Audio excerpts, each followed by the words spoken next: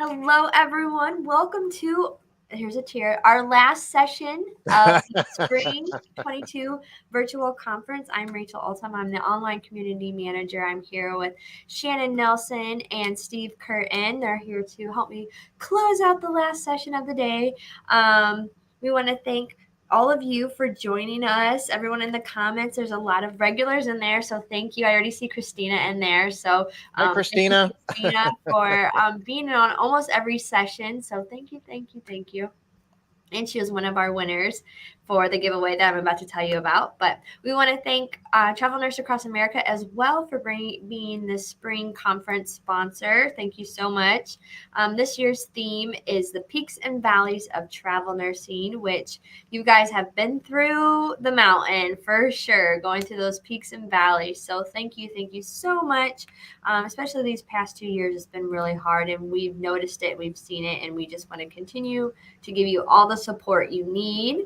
So what's better than some support and some giveaways? So if you have registered, I know we don't have any more sessions left, but if you had registered for any of the sessions, you're going to be entered to win a $50 Amazon gift card or a Gypsy Nurse tumbler with a $25 Starbucks gift card.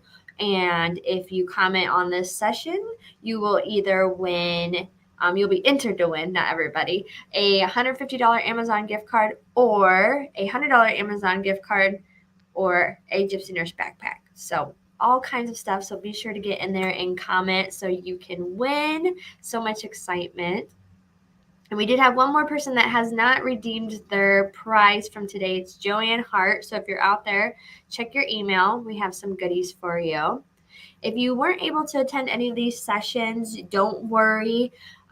You can become a registered member on the gypsynurse.com and rewatch them or share them or watch the ones that you missed. So be sure to get on there.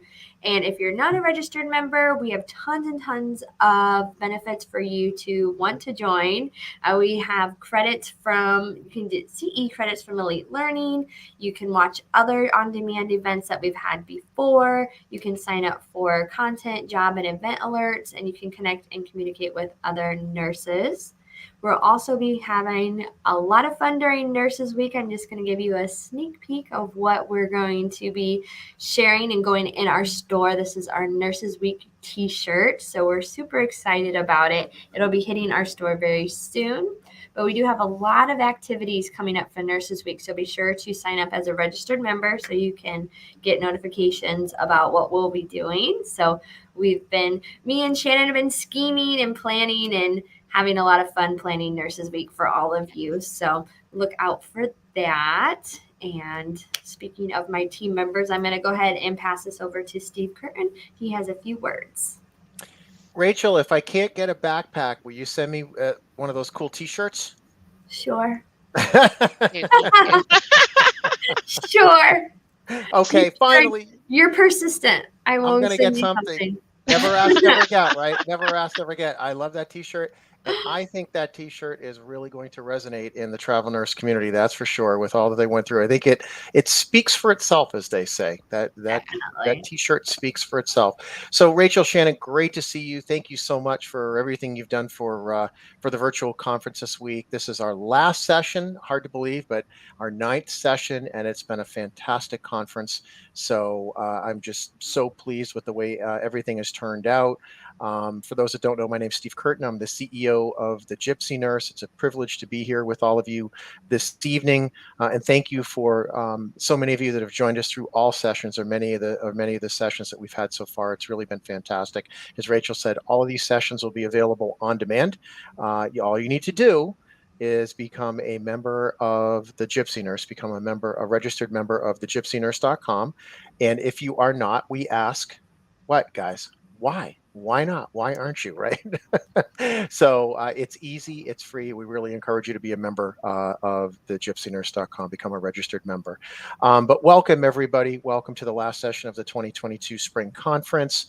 A couple of notes here. Number one, I do want to thank all of the travel nurses out there, all of the travel healthcare professionals out there that have really helped guide us through this pandemic. Unfortunately, we're essentially marking the 2-year point of the pandemic. And all of you have just been, you know, fantastic through all of this. You guys have been through a lot. And on behalf of the Gypsy Nurse team, I just want to say we appreciate you. We thank you. I'm hoping that at some point over, hopefully, the next few months, things slow down and things get back to normal.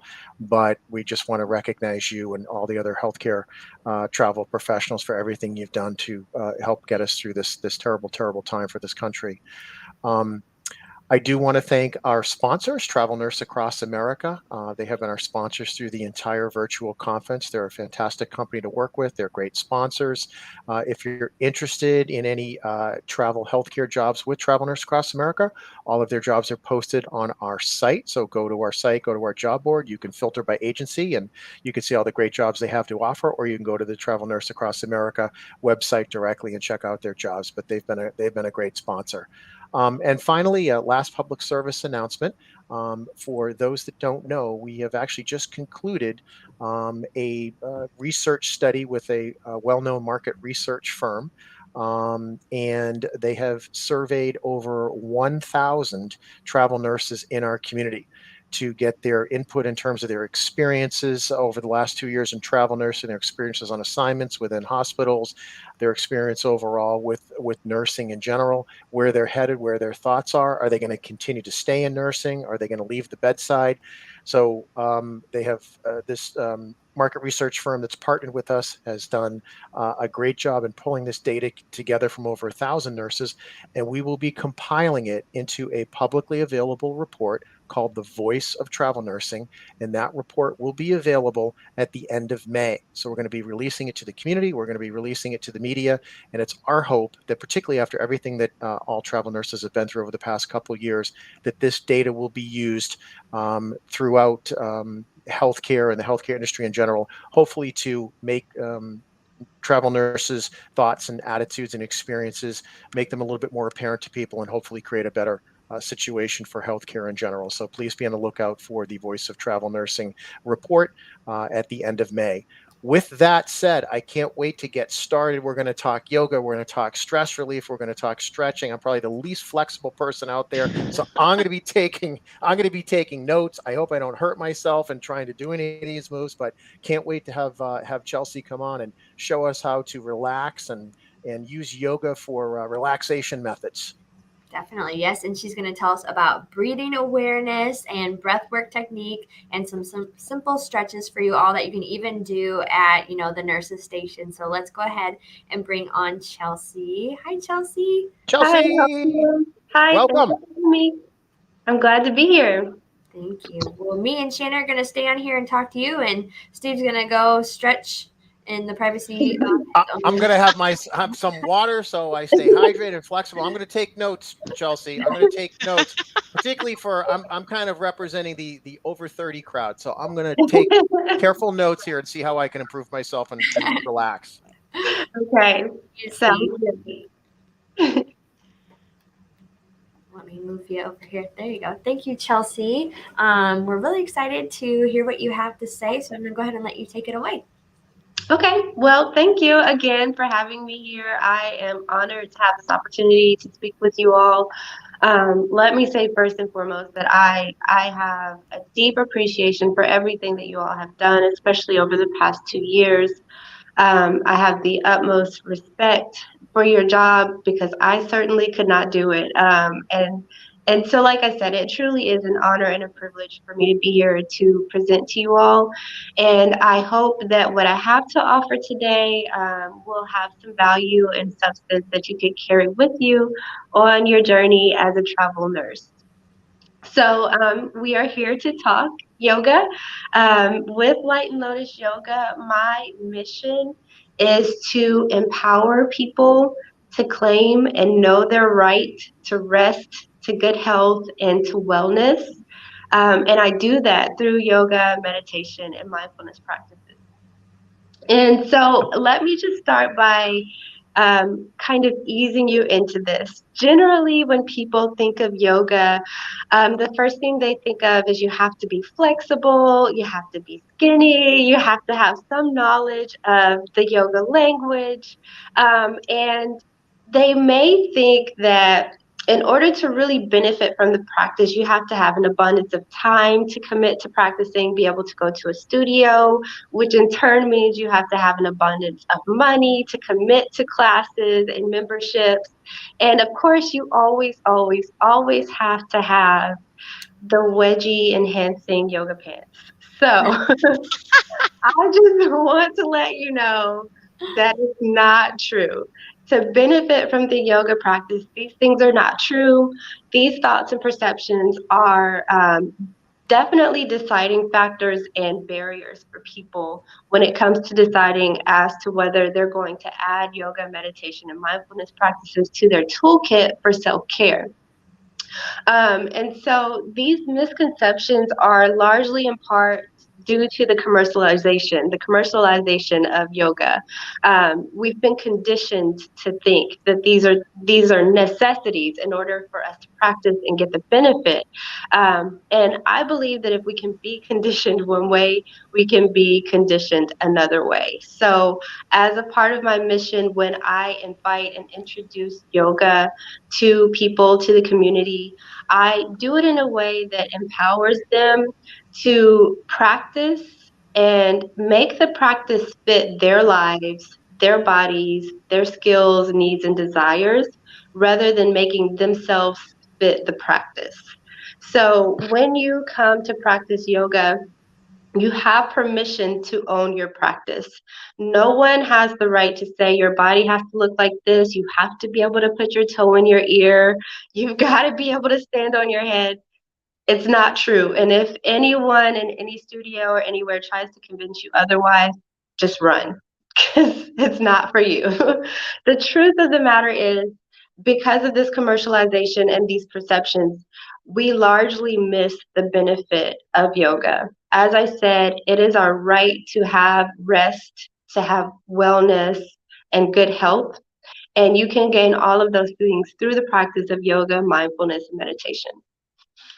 And so, with that respect, today we're learning how to apply the practices to situations and navigate it when we're experiencing burnout. And in short, burnout is a culmination of stress that's built up without the opportunity to have recovery. And so, when we have all that stress and we don't have that recovery and we burn out, we have opportunity to find yoga, meditation, and mindfulness. Um, I think it's the Journal of Clinical Medicine. They have researched and provided studies that prove that yoga can actually reduce symptoms and even prevent symptoms of burnout. So, where do we start? How do we get started? We've never practiced yoga. How do we know that this is going to work for us? Where do we begin? First and foremost, I recommend starting with giving yourself permission. A lot of times, as caregivers, as most nurses are in all of their life, not just in their career, you tend to have the tendency to pour into others. And the moment you consider taking time for yourself, you feel guilty. So you need to have permission first to actually be able to enjoy it. Because if you take time to yourself and it creates anxiety to have taken that time, then you're not really doing yourself a service. So if you ever come to a moment where you're trying to get into some self-care, but it's causing you anxiety, just step away. Just leave it where it's at because you're doing a disservice there. So start with giving yourself permission. How can you give yourself permission? Um, in yoga, we practice affirmations. And affirmations are just statements that we can repeat to ourselves or read daily or maybe put on a sticky note, wherever you need to, that affirm your truth. So in this case, your truth is it is your right to rest. It is your right to be well. It is your right to have good health. You can find affirmations anywhere on Google, Pinterest, Instagram. Find the ones that truly speak to you and read them and believe them. You can do that. And another thing you can do is have an accountability partner. I know that as travel nurses, you all have the opportunity to meet several different people on different assignments, and you get to rub elbows and get to know people. I would recommend, grabbing on to one of those people that you meet on the assignments. Of course, you'll be in different places at different times, but you're still going through the same experience. And it's much better to have an accountability partner that understands and knows from the ins and outs what you're going through. So having that accountability partner to give you permission as well. Because what I found often is that sometimes giving myself permission isn't good enough because I just don't believe myself. So I need someone from the outside to say, you can do this. You have permission. You deserve this. And I can receive it from somebody that I know is going through the experience that I'm going through. It carries a lot of value. So you can do that. Next step is to be intentional. As I said earlier, people think that it's necessary to have an abundance of time, an abundance of money to be able to practice yoga. It's not true. So be intentional about beginning your yoga practice. Create time in your schedule. And you don't need a lot of time. 10 to 15 minutes, 2 times a day is sufficient. 30 to 60 minutes a few days a week is optimal, not necessary. But you gain the benefits in just those small chunks of time. So if you go to the bathroom, you got time to fit it in. If you got time to text, you have time to fit it in. So you can, I'm not even kidding when I tell you I do my breathwork exercise in the shower sometimes because that's the only time I have to do it. And I will promise this, in the beginning, you may not notice the benefits. It may be that you go through the practices and you're like, this isn't really helping me.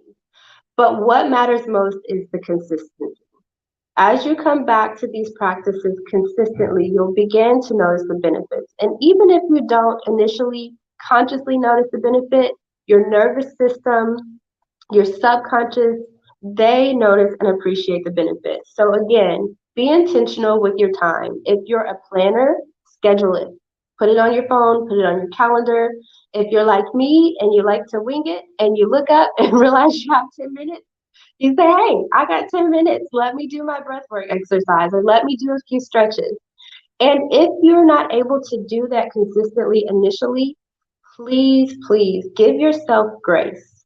Grace and kindness and compassion is something that you lend to every single patient that you come to meet. You deserve to lend that same grace, kindness, and compassion to yourself. So maybe you don't get 10 to 15 minutes a day. That's fine. Try it again tomorrow. But be graceful and kind to yourself when you begin this practice. And you'll notice as you continue trying, it will become more like muscle memory. Again, with being intentional, when you're at home, when you're in your hotel, in your Airbnb, create a designated space. You don't need a yoga mat, you don't need yoga bolsters, but it could simply be a corner in your house with a candle or some incense. That's your designated space. You don't use it for anything else. Maybe you don't even use it for yoga, but the space is there anyway. When that space is there, it's inviting you and reminding you. And even if you don't go to it initially, maybe one day you'll go sit there and not actually practice, but you go sit there. That is sufficient enough. It's beginning to send the message to your mind and your subconscious that you are working towards making the effort to really self-regulate and get recentered. So those are a few things. And let's see, let me make sure I made notes so I don't ramble. Let me make sure I'm not missing any of the notes. Again, being consistent. Your accountability partner will really help you with being consistent. So maybe you all do it on the same day and check in at the end of the day, or maybe you do it in the same hour and just shoot each other a text, whatever it is, to help build that consistency and the permanence in your mind. Make that attempt. So the most simple practice that you can begin with is breath work, breathing techniques. Breathing techniques in yoga are in abundance. There is no shortage of some type of breath work or breath practice that you can use in yoga. You just have to find the one that works best for you. The term in yoga for breath work is called pranayama. Pranayama is a Sanskrit word, and it essentially means to control your breath. It also translates to controlling your vital life force. As you all know, as nurses, your breath is your vital life force. If you're not breathing, nothing else works. So it occurs naturally as long as you're, reasonably healthy, you're breathing, but it's not in control. Where you gain the advantage is taking it into control. And you can begin that simply by just being mindful and thinking about your breath. So the first step is not even learning a specific technique, it's just becoming aware, breath awareness.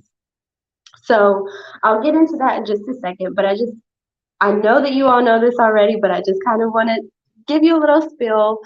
We know that the intake of oxygen and breathing it in helps us expel the carbon dioxide, and that helps our brain fog melt away, helps us regulate our nervous system. That helps us improve our cognitive brain function, which we obviously need as nurses. Those things are important.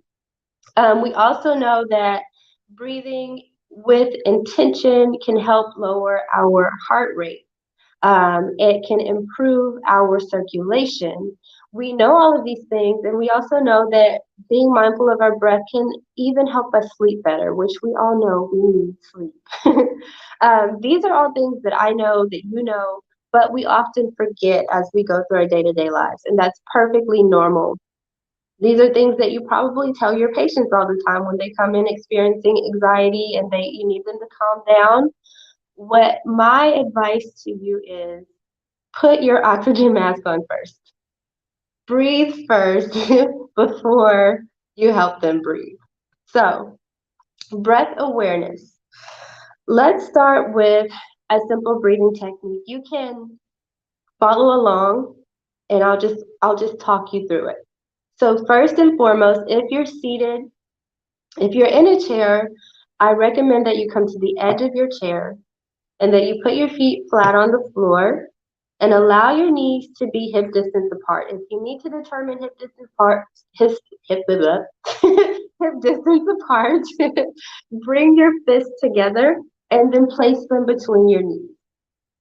That is your hip distance apart. And then looking at your feet, make sure that they're parallel with each other. So if your toes are turned out like duck feet, turn them in. If you're like me and you're pigeon toed, turn the toes out and make them parallel. And then take a deep breath in through your nose and grow your spine nice and tall. Maybe imagine that there's a string pulling your crown up towards the ceiling and keep that length in your body. And now, if you feel safe enough, you can close your eyes. If you'd rather keep your eyes open, just kind of soften your gaze and lock your eyes in to just like a single point directly in front of you and let everything else melt away. And I don't want you to make any changes. Just breathe naturally in this moment. I want you to listen to your breath. Hear the sound of your breath entering and exiting your nostrils. And then I want you to pay attention to the sensation of the breath. Notice how the air feels passing the tip of your nose as it draws down your throat into your belly, and how it feels as it rises back up from your belly and out through your nostrils. Maybe you notice a temperature exchange. Maybe you notice as you inhale, the air is cool. As you exhale, the air is warm. Maybe you notice that as you inhale, the air is dry, and as you exhale, the air is moist. Maybe you notice that your shoulders subtly rise and fall. You might notice that your chest lifts and lowers, and that your belly expands and contracts. And maybe even notice where your breath travels. Does it just stop at the back of your nostrils? Or does it come to the back of the throat? Or does it truly reach all the way down to your belly? Just observe your natural breath in this moment. Listen to the sound. Feel the sensation and notice your body. On your next inhale, roll your shoulders up towards your ears, shrug them up, and then on your exhale, relax them down and away from the ears. Inhale again, roll them up towards your ears, and then exhale, relax the shoulders. Good.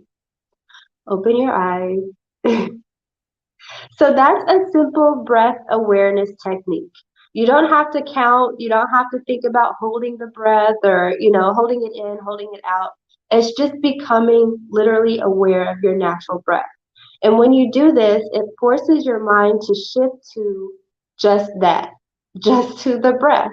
That doesn't give you very much time to think about Mrs. Smith in room 222. It doesn't give you very much time to think about if you're going to eat dinner tonight or not. It leaves very little room for you to think about the thoughts that are always running in the background. And that doesn't necessarily mean that those thoughts stop or that they won't intrude as you're doing this. A lot of times, especially in the beginning, you'll find that even as you're becoming aware of your breath, those other thoughts will still pop up. That's normal and that's natural because we're human. And if, like I said, if anyone tells you otherwise, run, okay? That's not how that works. But it gives you the opportunity to become an observer of your thoughts as well. So as you're in the practice of observing your breath, when those thoughts pop up, instead of engaging and running further with them, you just observe them. Mrs. Smith in 222 needs Tylenol. Okay, let it go. When I move on, I'll make sure that she gets that. I forgot to turn off the microwave. Hopefully not, but just different things that run in the back of the room, in the back room of your mind. You get to recognize them and compartmentalize them as you're moving through this practice. Another breathing technique, it's a little bit more advanced, but I like it. It's kind of fun. And this is the breath work that you will find most commonly in a yoga class. I won't get into the styles of yoga. There are several different styles of yoga, which I forgot to mention earlier. I do want you all to know that there are several different styles of yoga, and yoga is not one size fits all. Like I said, I encourage you to find a way to make the practice fit you, your life, your body, and your needs. And you may have to try out several different styles of yoga to find out which one actually works best for you. But in almost all of the yoga practices, you will encounter this breathing technique. So this is the one you want to know. So it's called Ujjayi, and Ujjayi it's a Sanskrit word. So most of the words that you'll find in yoga class, if it's not English, it's Sanskrit. I usually just teach in English because I speak English. So the breath, though, is called Ujjayi, and it stands for victorious breath.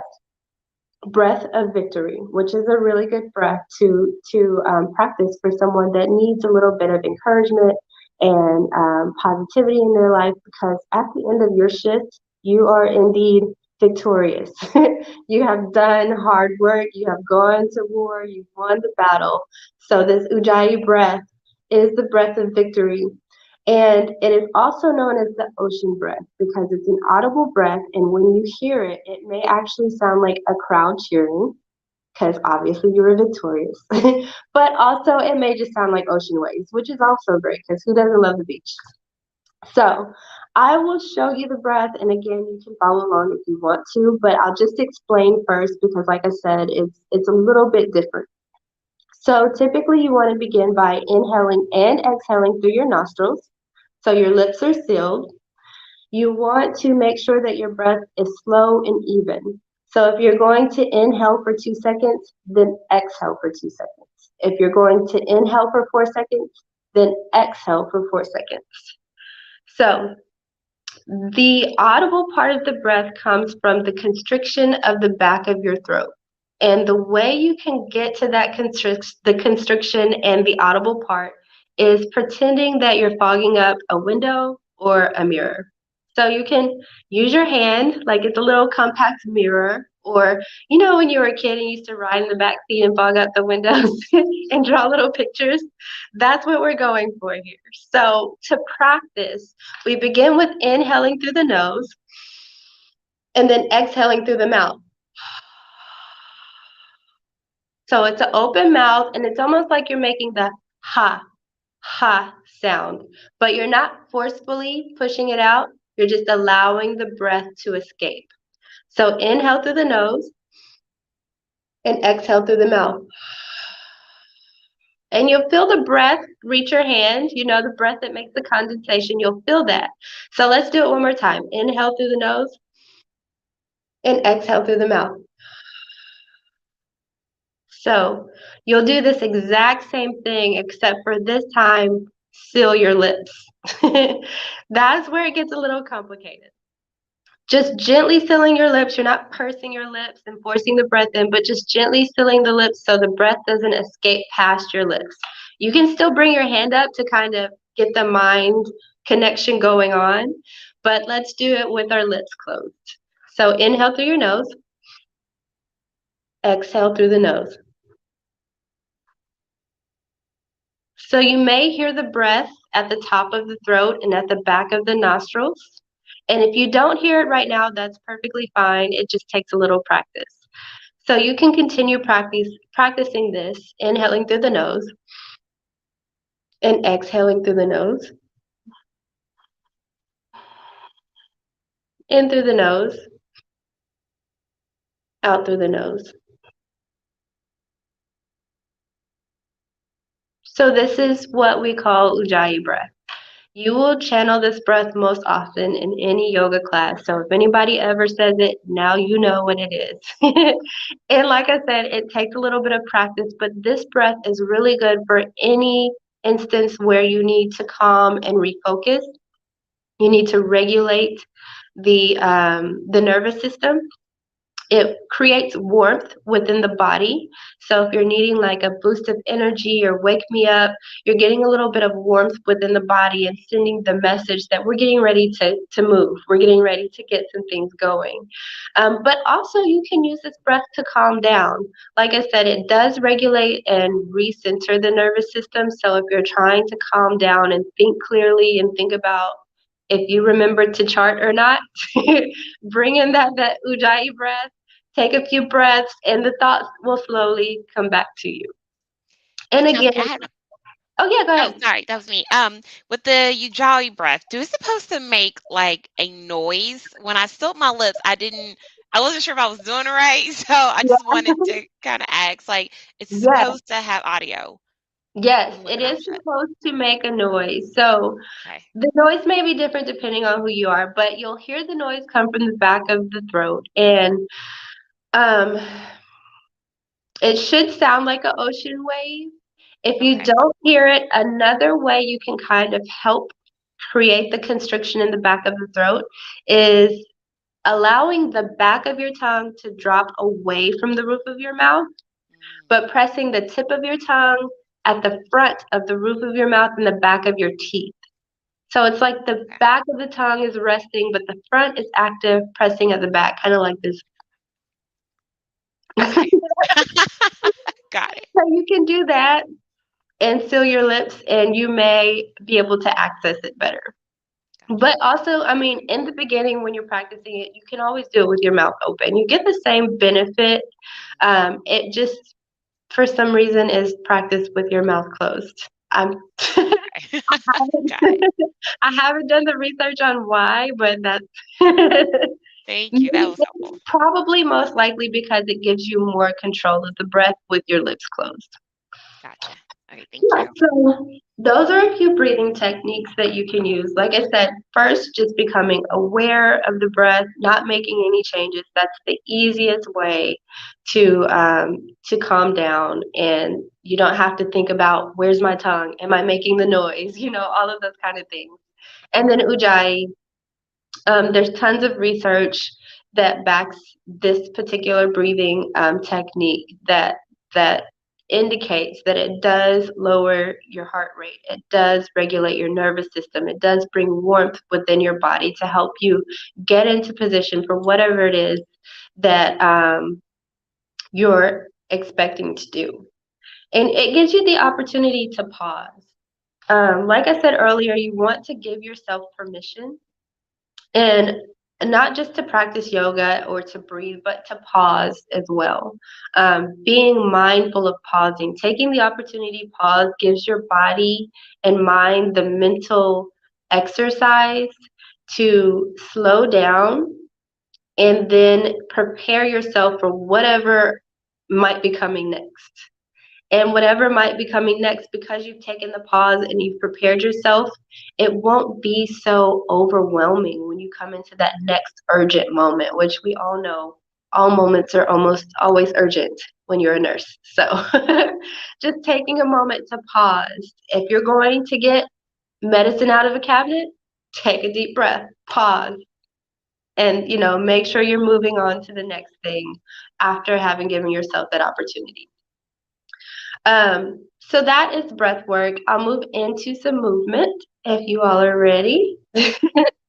I'm going to step back so you can see me a little clearer, but you can remain seated because first we're just going to start with the upper body. So you can stay in your seat just like I directed. If you're on the floor, just cross the legs and relax. So hopefully you can still see and hear me from back here. I'll probably scoot up a little bit. And Shannon and I are gonna drop down real quick so that way the screen's a little bit bigger. And then when you're done with your movements, we're gonna pop right back up. Okay. So a yoga mat, I have one today with me, but it's not necessary. But if you have one at your home, at your hotel, at your Airbnb, like I said, being intentional about creating space for your practice, just having the yoga mat in the corner can help call you to your practice and remind you that you're going to do this. And honestly, you can literally come to sit on the mat for a few seconds and you can watch the new season of Bridgerton or whatever you like to watch from the yoga mat, and that's sufficient enough to begin your practice. So anyway, first we're going to start with recognizing that we need to take care of our hands and our wrists. Obviously, your hands are vital to your practice, to what you do. You obviously use your hands to help assist patients, transfer patients, administer medicine, chart. Hopefully, you're getting to chart electronically and not with paper, but if you're having to chart with paper, you might be getting some carpal tunnel. So, we're going to start with our wrist work. One of the things that I like to begin with is just bringing the palms together, lifting the elbows, draw the shoulders back, and we're not just resting the palms together, but we're pressing them together firmly. Pressing them together firmly, one palm against the other, and then we'll gently press the left palm into the right palm and allow the right palm to flex backwards. So I'll come a little closer so you can see. You're keeping the elbows in place, pressing the palms together, and keeping the fingers still.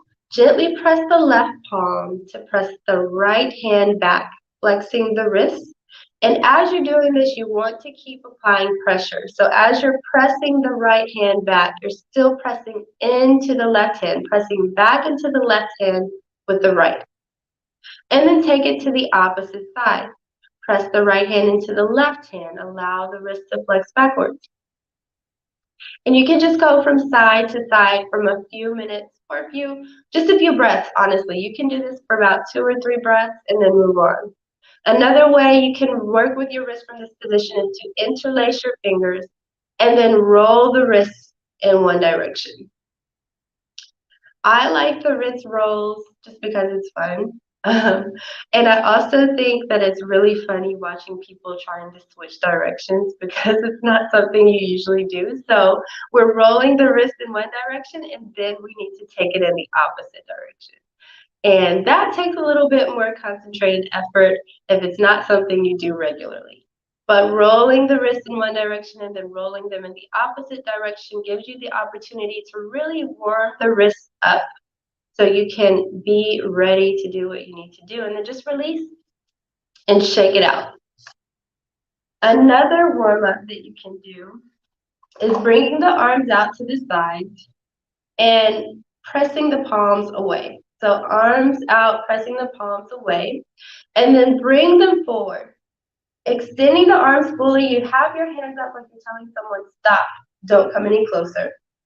And then you want to turn your fingers down towards the floor. Turn the fingers out. This is the best way to get to this position. Turn the fingers out and then down. And with the opposite hand, press gently into the fingers, flexing the heel of the hand away and keeping the arm fully extended. So you'll feel the stretch of the wrist here, and you'll feel it probably all the way up to the inside of your elbow. So just gently pressing here. And for a lot of people, this is an intense stretch. With yoga, you want to play the edge. If it is painful, back off. We don't want it to hurt. But if it's extremely intense, just right on that edge, hang out there and breathe. Remember to breathe. If you don't do anything else, breathe. And then after you flex the hand this way, draw the arm in towards the chest. Draw the elbow in towards the rib cage and make a gentle fist. Bring the opposite hand to rest on top of the fist and gently pull the fist down and in. So you're reaching the fist down to curl in towards the wrist, the inside of the wrist. So now you're stretching the outside. And you don't have to forcefully push here. Just resting the hand here is good enough. Gravity will assist you. But again, if you want to play that edge and you need a little bit more pressure, go ahead and just pull it down gently and remember to breathe. And then, of course, you can shake it out and do it on the opposite side. Bring the arms out, sweep them forward, turn the fingers out and then down, and press gently into the fingers, flexing the wrist, and then bring the arm in. Make a gentle fist. So we're not making an angry fist. We're making a gentle fist, like we don't want to squish the gummy bear in our fist. And then holding to stretch in the opposite direction. So those are a few stretches you can do for your wrist. Another area that we hold a lot of tension in because of our work and just because of our daily lives, having to drive in the car, those long road trips getting from assignment to assignment, those long flights getting from assignment to assignment, being on the phone, charting on our little tables at the desk, at the stands, all of those things cause us to hunch over and be actively activating the shoulders. So we need to definitely relax those and not only do our jobs and all the things that we're doing cause that tension, but stress, anxiety, frustration immediately causes those areas to tense up. So we want to relieve those areas so that we're sending the message to our brains that it's okay to relax. We need to calm down. So let's start with resting or relaxing the neck. And I'll scoot back again here so you can see. And you can just start with gently bringing the right ear over the right shoulder. So the action is bringing the right ear down to rest right over the right shoulder. And again, you want your shoulders to be resting away from the ear. And then you can play with the left arm. Experience different sensations, different levels of stretching by either making circles with your fingertips. You can make figure eights with the fingertips. You can lift and lower the arm or sway it forward and back. Depending on your need and depending on the day, one of the other options may feel better today than the next day. Just always, like I said, find the practice that fits your needs, your desires. And then, of course, come through the center and take it opposite side. Same action, relaxing the shoulders, finding that sweet spot with your circles, your figure eights. Another way to do this, bring your head back to center, is sweeping your arms up, and then bringing your ear to your shoulder as you lift it, and then bring the opposite arm down. Bring the arm all the way over the head and reach towards the ear, and then gently stretch. So having the palm here resting on the hand gives you a little bit more opening. And like I said, you don't have to actively stretch. You can just rest in here and gravity will assist you. Or if you really want to play that edge, you can pull it over just a little more. And of course, do it on the opposite side. So take a deep breath in, and then bring the ear to the opposite side. Drop the arm, bring it overhead, and stretch. Good. So another thing to note as you're moving through your yoga practice, we inhale as we stretch and extend. So as we're reaching the arms up, as we're opening the body, inhale. As we're coming down and closing the body, we exhale. Another really simple thing to do is to extend the arms long and bring the fingertips to your shoulders. Shoulder mobility is important, especially for over 30. So bring the shoulders, bring the fingertips to the shoulders, and the action is like making circles with your elbows. So you're drawing circles with your elbows. You can do one shoulder at a time, forward, and then do it backward. Or you can do both shoulders at a time, forward, and then backwards. Or you can alternate, forward. Like I said, finding what feels good to you, what makes most sense for you. You just want to make sure that you're even on both sides. But you'll feel that your shoulders are beginning to warm up. You'll feel that the joints are starting to move and get lubricated. And we want to keep this, especially as we age. It's going to be very important for us. As you all know, a lot of elderly people need assistance cleaning their bodies because the shoulders don't do what they're supposed to do anymore. So be mindful of being careful of taking care of your shoulders and continue moving them. Keep that mobility going so you can bathe yourself later on in life. So we have shoulder mobility.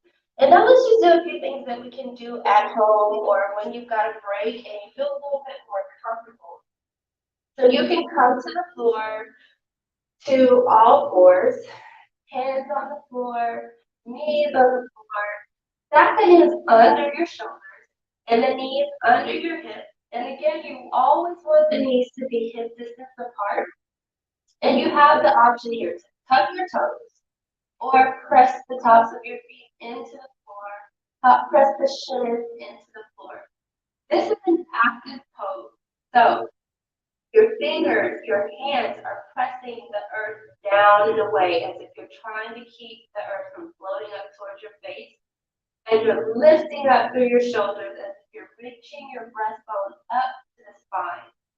And you're actively pressing down through the shins and the tops of your feet, again, as if you're trying to keep the earth from floating up. And then you'll move through what we call cat-cow. This is a full body stretch.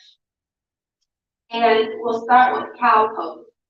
With cow pose, you'll lift your tailbone, drop your belly, open your chest and shoulders, and gaze up. So you'll see you're making a U shape with your body. You've got your belly, your cow belly hanging down towards the earth. And you feel the flexion in the spine. And then you move to cat pose. Tuck the tailbone. Tuck the chin. Press your spine all the way up like a Halloween cat. So you're really arching the spine, pressing it up towards the ceiling. And then move back to cow. So these are two separate poses, but they're almost always practiced together. So we'll say we're moving through cat-cow. And as I stated earlier, inhale as you expand and open your body. So cow is when you inhale.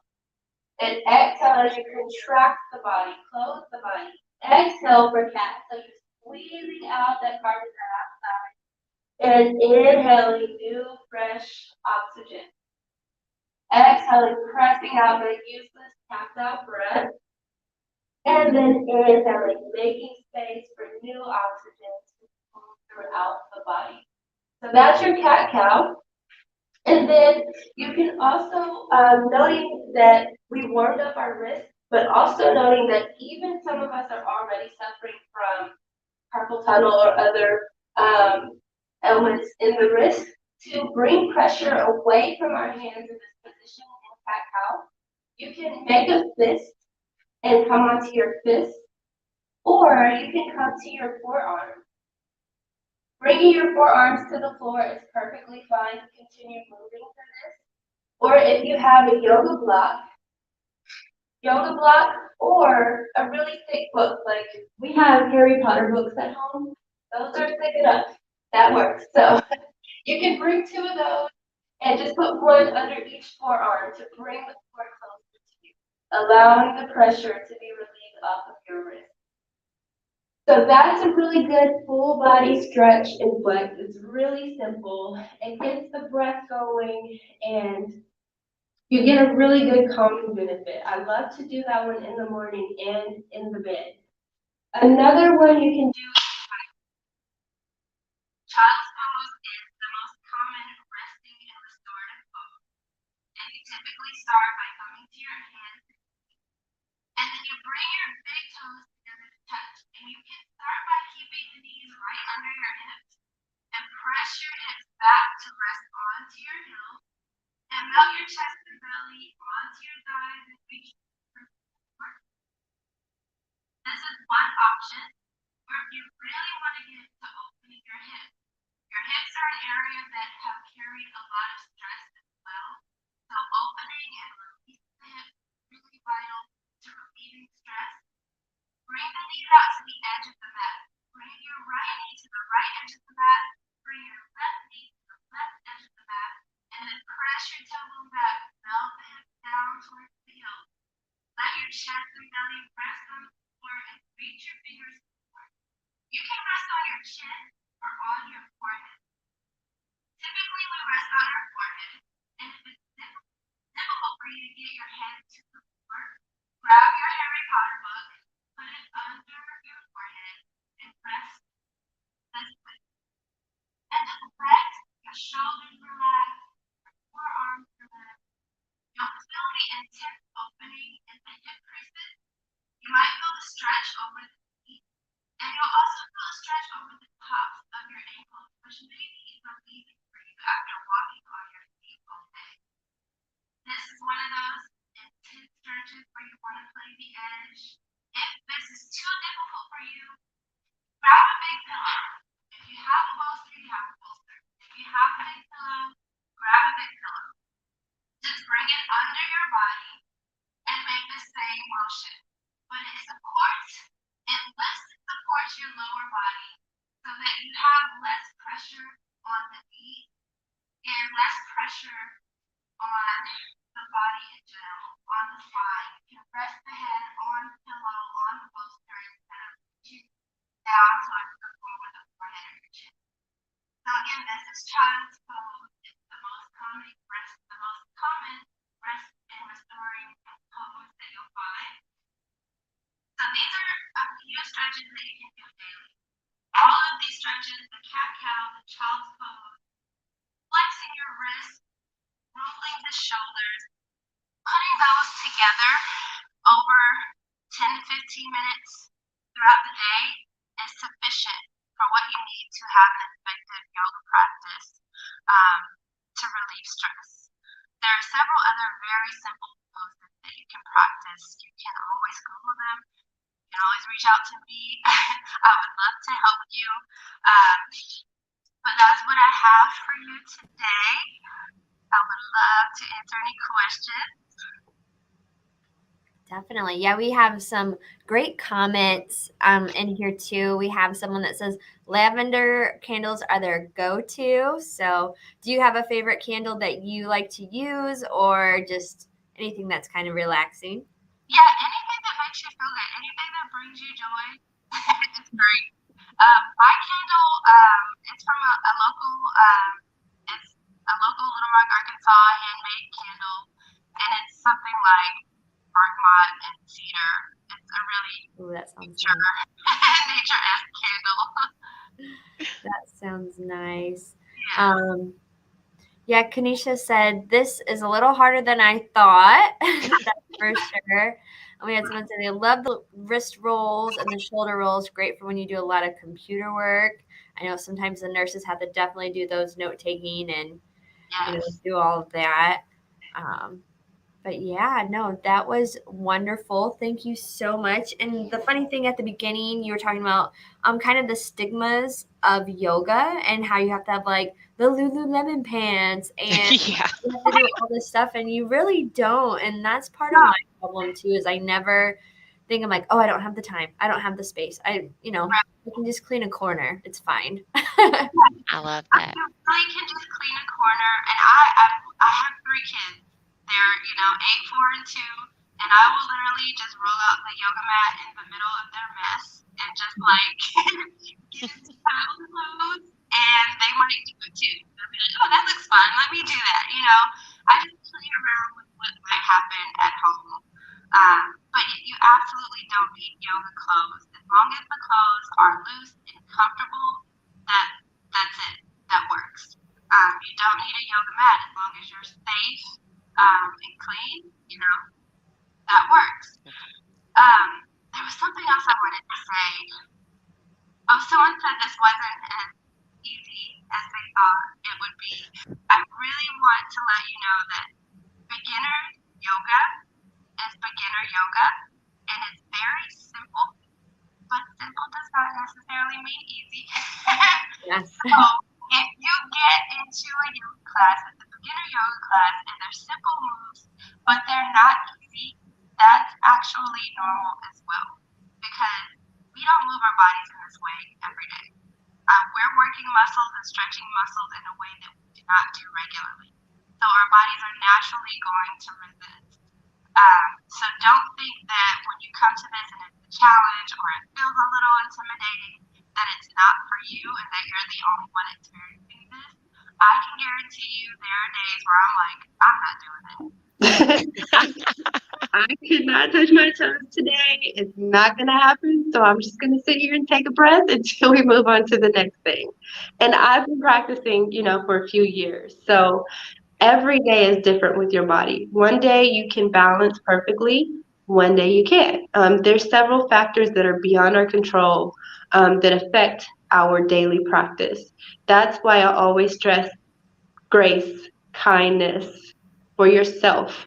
The same grace, kindness, and compassion that you give to others, you give to yourself as you're learning and practice. It is practice, not perfection. Always practice. We're always learning, always adjusting. It'll be different daily, and that's a part of the journey. Just like when you go to a different hospital. It's a new thing. Every time you get there, it's a new experience. So it's the same thing. Give yourself that grace and compassion. Hey, Chelsea, I have a question. Oh, sorry, Rachel. I didn't know if you're.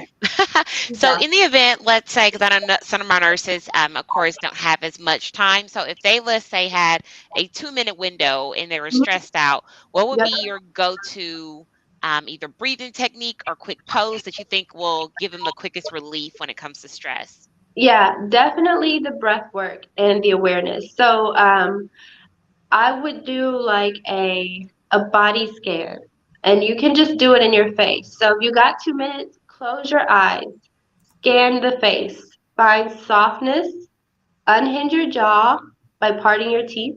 So you're letting the jaw relax because oftentimes we clench the teeth. Let the jaw relax. Feel your cheeks get heavy. Unwrinkle your eyebrows. Feel them separate in your forehead. Let them rest. And then behind the eyes in the socket, see if you can find stillness and softness there. And just breathe. That's it. That's really good. Love it.